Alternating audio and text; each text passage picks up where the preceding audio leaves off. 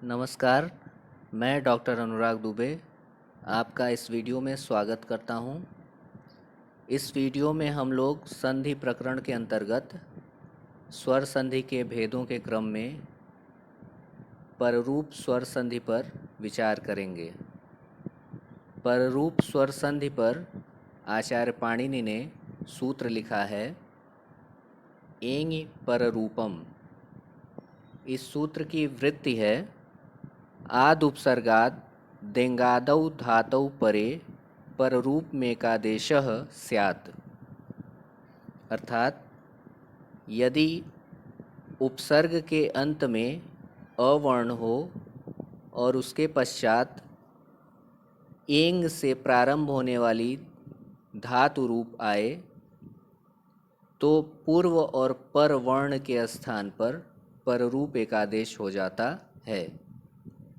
इस व्याख्या को और अच्छी तरह से समझते हैं। यदि पहला पद उपसर्ग के रूप में हो और उसके अंत में अवर्ण हो तथा दूसरा पद किसी धातु का रूप हो और उसके प्रारंभ में ए वर्ण आए तो पूर्व अ और पर ए के स्थान पर पररूप एकादेश होकर के ए आदेश हो जाता है। इसी प्रकार यदि किसी उपसर्ग के अंत में अवर्ण हो और उसके पश्चात ओ वर्ण से प्रारंभ होने वाला धातु रूप आए तो अ और ओ अर्थात पूर्व और पर के स्थान पर पररूप एकादेश होकर के ओ वर्ण आदेश हो जाता है। इसे उदाहरण के माध्यम से समझते हैं। यहाँ पहले पद के रूप में उपसर्ग आया है जिसके अंत में अवर्ण है तथा दूसरे पद के प्रारंभ में ए वर्ण है। अतः अ और ए के स्थान पर पररूप एकादेश होकर के ए हुआ और संधि का रूप बनता है प्रेजते। इसी प्रकार दूसरे उदाहरण में पहले पद के रूप में उपसर्ग आया है जिसके अंत में अवर्ण है तथा दूसरे पद के प्रारंभ में ओ वर्ण आया हुआ है। अतः पूर्व में स्थित अवर्ण और पर में स्थित ओ वर्ण के स्थान पर पररूप एकादेश होकर के ओ आदेश हुआ तथा जो शब्द निष्पन्न होता है वह है उपोषति। अन्य उदाहरण देखते हैं।